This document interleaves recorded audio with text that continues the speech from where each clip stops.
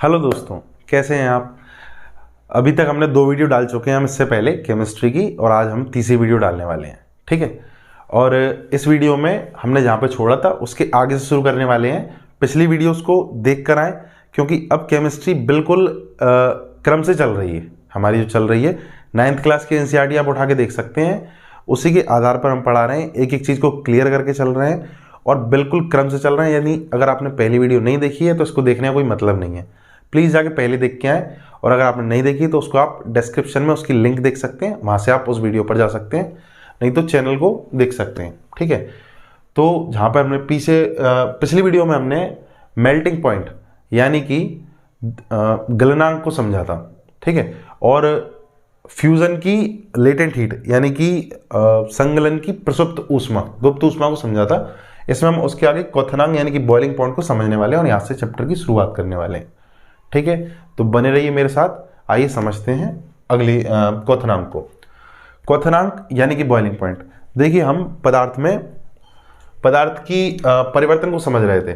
पदार्थ की अवस्था में जब द्रव से गैस की ओर परिवर्तन हो रहा है, ठीक है, और ये हो रहा है किसके कारण? टेम्परेचर के कारण। हमने आज इसको हीट दी है। देखिए, हीट का ये सिंबल होता है ट्रायंगल वाला। ठीक है, इस तरह से एक त्रिभुज बना देते हैं और ये हीट को सिंबलाइज करता है। यानी हमने किसी भी द्रव को अगर हीट दी और ये गैस में परिवर्तित होगा, तो पहले ये द्रव हीट से गर्म होना शुरू होता है, इसका टेम्परेचर बढ़ना शुरू करता है। ठीक है, फिर एक ऐसा पॉइंट आता है जहां पर द्रव उबलना शुरू करता है। तो जो उबलना शुरू करता है वो जो टेम्परेचर का पॉइंट होता है, उस पॉइंट को कहते हैं हम इस द्रव का बॉइलिंग पॉइंट। ठीक है, क्वथनांक की डेफिनेशन में भी ये लिखा है कि वायुमंडलीय दाब पर, वायुमंडलीय दाब से मतलब है दाब जहां पे 1 एटमॉस्फेरिक प्रेशर होता है, यानी जो हमारा नॉर्मल आसपास का दाब है अभी वही। ठीक है, जो नॉर्मल दाब होता है हमारे आसपास वो होता है वायुमंडलीय दाब। तो वायुमंडलीय दाब पर वह तापमान जिस पर द्रव उबलना प्रारंभ करता है, ठीक है, जहां से उबलना शुरू हुआ और उबलकर अब वो गैस में परिवर्तित होना प्रारंभ कर दिया है। यहाँ पे भी मेल्टिंग की तरह ही होता है। जैसे ही ये इसने उबलना प्रारंभ किया, द्रव का जो टेम्परेचर क्रम से पहले से बढ़ रहा था वो बढ़ना रुक जाता है। अब पहले जो भी अब हीट नेक्स्ट आएगी उसको, वो हीट पूरी इस द्रव को गैस बदलने में जाएगी। ठीक है, द्रव से गैस में परिवर्तित करने के लिए जो द्रव के मॉलिक्यूल्स हैं लगभग इतने पास, उनको इतना दूर दूर करना है हमें, मान लीजिए। ठीक है, तो उसको तोड़ने में, उसके अंदर जो अंतराण्विक बल है उसको तोड़ने में यूज होगी वो एनर्जी। तो वो हीट एनर्जी अब इसमें जाने लगेगी और इसमें जाते जाते अब वो काफ़ी दूर हो जाएंगे। और जैसे ही वो इतने दूर हुए, यानी उनमें गतिज ऊर्जा इतनी बढ़ चुकी कि अब वो इतने दूर हो गए हैं, तो ये अवस्था द्रव से गैस बन जाएगी। ठीक है, तो जब टेम्परेचर रुक गया और टेम्परेचर पे फिर जैसे पूरा गैस बन जाएगा, उसके बाद यदि वो एक बंद कंटेनर में, तो फिर उसका टेम्परेचर उसके बाद बढ़ना शुरू हो जाएगा। क्योंकि अगर खुले कंटेनर में तो गैस उड़ जाएगी, लेकिन अगर बंद कंटेनर है तो गैस का पूरा गैस जब बन जाएगी उसके बाद उस गैस का टेम्परेचर बढ़ेगा। लेकिन तब तक द्रव का टेम्परेचर गैस जब तक द्रव पूरी तरह से गैस में नहीं बदलती तब तक टेम्परेचर रुका रहता है। इस बीच में जो एनर्जी यूज हो रही है उस एनर्जी को कहते हैं वाष्पीकरण की गुप्त ऊष्मा। यानी कि द्रव को गैस में परिवर्तित करने के लिए जो वाष्प बनाया, उस वाष्पीकरण में जितनी ऊष्मा यूज हुई, वाष्पीकरण की गुप्त ऊष्मा यानी कि लेटेंट हीट ऑफ वेपराइजेशन की डेफिनेशन ये है कि heat energy required to convert 1 kg liquid of any matter into gas at its boiling point at atmospheric pressure. ठीक है, हिंदी वाले लिख सकते हैं, वायुमंडलीय दाब पर 1 किलोग्राम लिक्विड को द्रव में गैस में बदलने के लिए उसके बॉइलिंग पॉइंट पर जितनी ऊष्मीय ऊर्जा आवश्यक होती है उसे हम वाष्पीकरण की गुप्त ऊष्मा कह सकते हैं। ठीक है, उम्मीद करता हूं कि ये पॉइंट आपको समझ में आ गया होगा। अब देखिए, एक क्वेश्चन आपने सुना होगा अपनी प्रैक्टिकल लाइफ में, देखा भी होगा कि हम खौलते हुए पानी से जलें या भाप से जलें, तो उसमें जो भाप से जलते हैं ना, उसमें हमें ज़्यादा जलन होती है या ज़्यादा बड़ा घाव होता है। तो वो क्यों होता है? क्योंकि उसी टेम्परेचर पे मान के चलिए द्रव ने उबलना शुरू किया 100 डिग्री सेल्सियस पे। ठीक है, अब टेम्परेचर बढ़ेगा नहीं, लेकिन हीट इसमें जाती आ रही है और ये भाप भी यहाँ पे 100 डिग्री सेंटीग्रेड पे ही है। जब पूरा पानी गैस बन जाएगा, भाप बन जाएगा, उसके बाद इसका टेम्परेचर बढ़ेगा। यानी गैस की भी यहाँ पे टेम्परेचर 100 डिग्री सेंटीग्रेड है और द्रव का भी 100 डिग्री सेंटीग्रेड है, लेकिन इसके बीच में भी इस प्रोसेस में काफ़ी सारी ऊष्मा इसमें गई है, जो हमने यहाँ पे समझी वाष्पीकरण की गुप्त ऊष्मा। तो ये गुप्त ऊष्मा की जो एक्स्ट्रा एनर्जी गैस के पास है ना, इसी कारण से हम भाप से ज़्यादा, मतलब भाप से जलना ज़्यादा घातक होता है हमारे लिए, ठीक है, बजाय कि द्रव के। और वही द्रव से जलना ज़्यादा घातक होगा, उससे अगर थोड़ा सॉलिड होगा कुछ होगा तो मतलब, लेकिन ये क्वेश्चन आप समझ सकते हैं कि हम भाप से ज़्यादा क्यों जलते हैं। और ये क्वेश्चन जनरली एनसीईआरटी की क्लासेज में 6th 7th 9th क्लास में अलग से पूछा जाता है कारण बताओ में, और ये आपको भी आ सकता है, ठीक है। अब समझते हैं हम एक प्रोसेस और जो भी टेम्परेचर से होती है, हालांकि इसके बारे में हमने कल डिस्कस किया था, सब्लिमेशन या ऊर्ध्वपातन। एक बार बता देता हूँ मैं कि कुछ पदार्थ ऐसे होते हैं जिन्हें हीट देने पर वो इस तरह से नहीं जाते कि सॉलिड से द्रव में जाए, द्रव से गैस में जाए, वो सॉलिड से डायरेक्ट गैस में परिवर्तित हो जाते हैं, जैसे कि कपूर, अमोनियम क्लोराइड, नेफ्थलीन और भी बहुत सारे ऐसे पदार्थ हैं, ठीक है। तो ये हमने समझा कि पदार्थ की अवस्था में जो परिवर्तन है वो तापमान के कारण कैसे होता है। इसके बारे में हमने मेल्टिंग पॉइंट पिछली क्लास में समझा था और इस क्लास में हमने समझा है बॉइलिंग पॉइंट को, ठीक है। तो अब हमने देख लिया है कि टेम्परेचर के कारण किस तरह अवस्था में, पदार्थ की अवस्था में परिवर्तन हो सकता है। अब समझते हैं इसका दूसरा कारक, प्रेशर यानी कि दाब, ठीक है। अब दाब का ऐसा है, देखिए हमने पढ़ा था कि सॉलिड के मॉलिक्यूल्स जो रहते हैं वो ज़्यादा पास में रहते हैं, है ना। यानी कि अगर आप लिक्विड को दबाते जाएं, लिक्विड से नहीं, आप एक काम करिए इसको, हाँ, लिक्विड को अगर ज़्यादा पास में ले आए अपन ये मॉलिक्यूल, तो ये सॉलिड में बन जाएंगे। सिमिलरली अगर हम गैस के जो मॉलिक्यूल्स हैं जो काफ़ी दूर हैं, अगर इनको प्रेशर देते देते हम बहुत पास में लाए तो ये लिक्विड बन सकते हैं, ठीक है। इसका एग्जाम्पल हमने लास्ट क्लास में बताया था, लिक्विफाइड पेट्रोलियम गैस, ठीक है। इसकी फुल फॉर्म बता रहा हूँ, आप याद कर लेना, ये भी आ जाती है क्योंकि बहुत बेसिक क्वेश्चन आता है। एलपीजी, सीएनजी, इस तरह की जो गैसेज रहती है ना, ये compressed natural gas, liquefied petroleum gas, इनकी जो फुल फॉर्म्स हैं ये आप याद करते चलना। अलग से ये चीज़ें मैं आपको नहीं बताऊंगा, ये वीडियो के बीच में ही आती जाएंगी, तो आप इधर से ही नोट करते जाएं इसको। Liquefied petroleum gas, compressed natural gas, ये गैस देखिए इनके नाम में ही गैस है, समझ में आ रहा है ये गैस है, लेकिन ये लिक्विफाइड भी है, यानी इसको इतना प्रेस किया गया है कि लिक्विड बन गई है। तो ये जो पदार्थ की अवस्था में परिवर्तन हुआ है, ये टेम्परेचर के कारण नहीं हुआ है, ये हुआ है प्रेशर के कारण।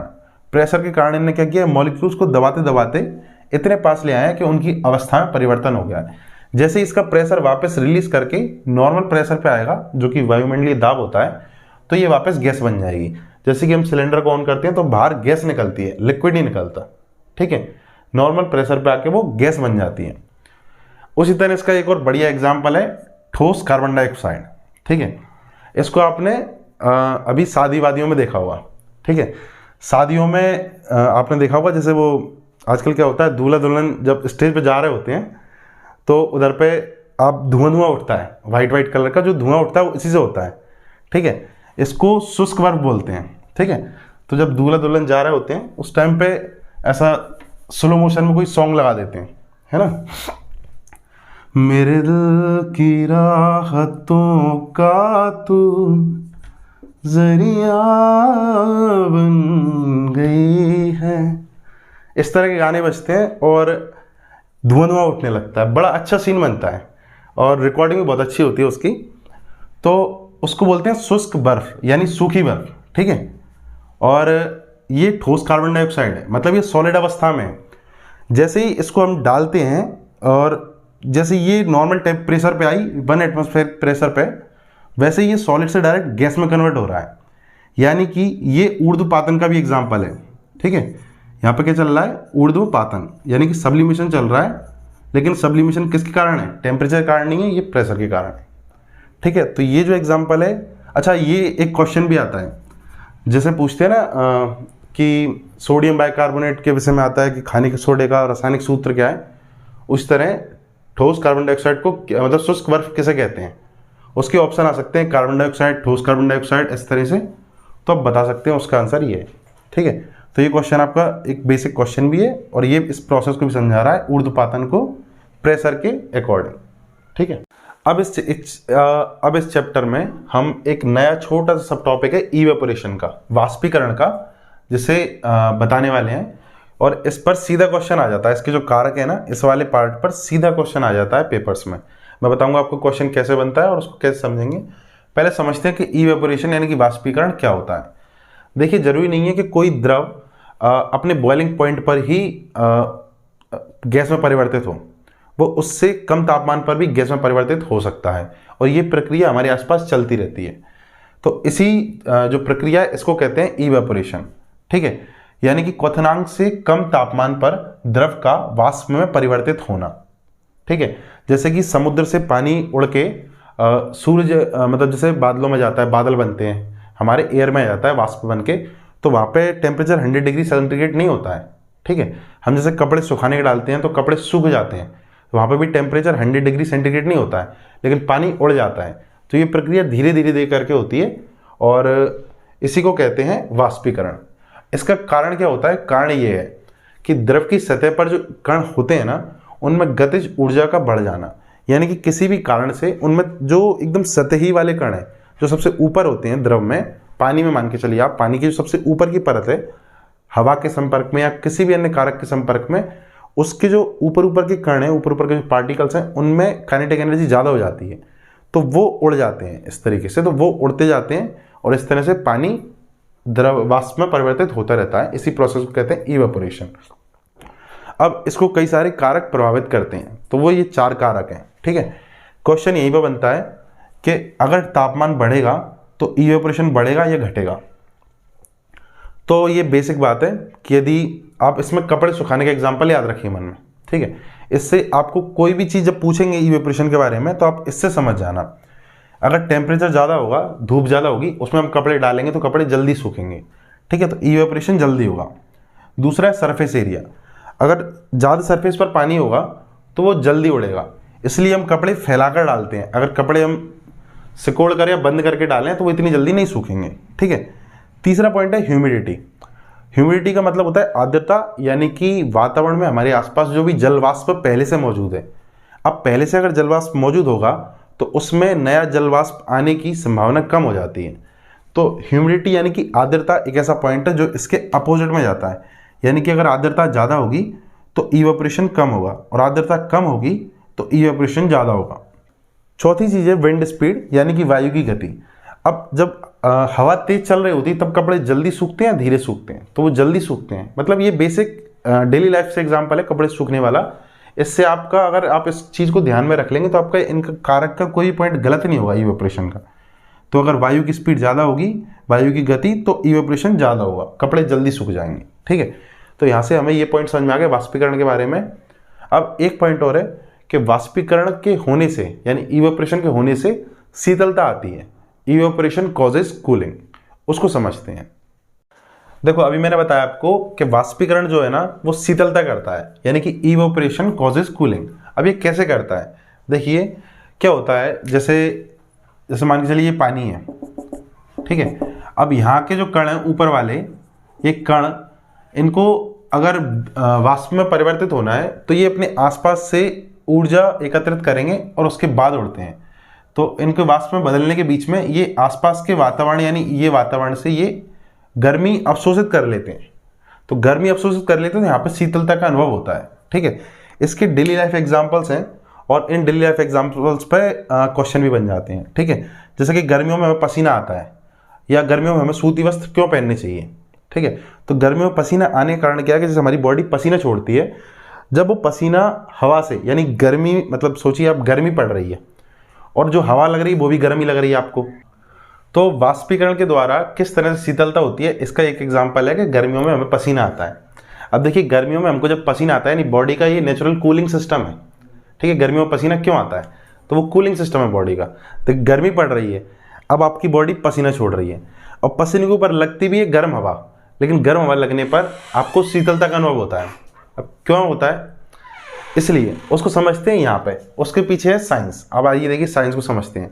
तो बॉडी का जो नेचुरल कूलिंग सिस्टम है उसके पीछे के साइंस को समझते हैं कि गर्मियों में जब हमको पसीना आता है तो उससे हमको ठंडक क्यों महसूस होती है। जब देखिए आपको पसीना आया तो आपकी बॉडी के ऊपर पानी के कण आ चुके हैं, ठीक है। अब जैसे ही वो कण उड़ेंगे, अब उड़ने का कारण भी गर्म हवा है वैसे तो, ठीक है। तो गर्म हवा जैसे ही उसको लगती है गर्मियों की, उससे वो कण उड़ने लगते हैं। जैसे ही वो कण उड़ते हैं तो आसपास से गर्मी को एब्जॉर्ब करके, बॉडी से हीट को एब्जॉर्ब करके उड़ जाते हैं, तो आसपास शीतलता का अनुभव होता है, ठीक है। और अगर आप सूती वस्त्र पहने होंगे तो वो जो पसीना उड़ना चाह रहा है वो ढंग से उड़ पाएगा, अदरवाइज वो पसीना ब्लॉक हो जाएगा। इसलिए गर्मियों में हमारे सूती वस्त्र पहनना चाहिए, और पहनते हैं तो हमें अच्छा लगता है, कंफर्टेबल फील होता है, ठीक है। दूसरी बात है, गर्मियों में आपने देखा होगा कि छत बहुत, मतलब ऊपर जो छत वाला कमरा होता है वो बहुत गर्म हो जाता है, तो वो कमरे में और छत पे कूलिंग हो जाती है। वो भी क्यों हो जाती है? क्योंकि वो पानी जब उड़ता है तो वो वहाँ की हीट को लेके, हीट की एनर्जी जो छत में पहले से होती है उसको यूज़ करके उड़ता है, तो जैसे ही वो उड़ता है वैसे ही नीचे कूलिंग हो जाती है, ठीक है। तो याद रखिए कि वाष्पीकरण से शीतलता होती है, और उसके हमने 2 अपने डेली लाइफ के एग्जाम्पल्स समझ लिए हैं। यहाँ पे आपका 9th क्लास का जो चैप्टर है एनसीईआरटी का पहला chapter, matter in our surrounding, यानी हमारे आसपास के पदार्थ, वो यहाँ पे ख़त्म होता है, ठीक है। और इस तरह से हमारे ओवरऑल केमिस्ट्री के 9th क्लास की एनसीईआरटी में 4 चैप्टर हैं, और 10th क्लास की एनसीईआरटी में 5 चैप्टर हैं।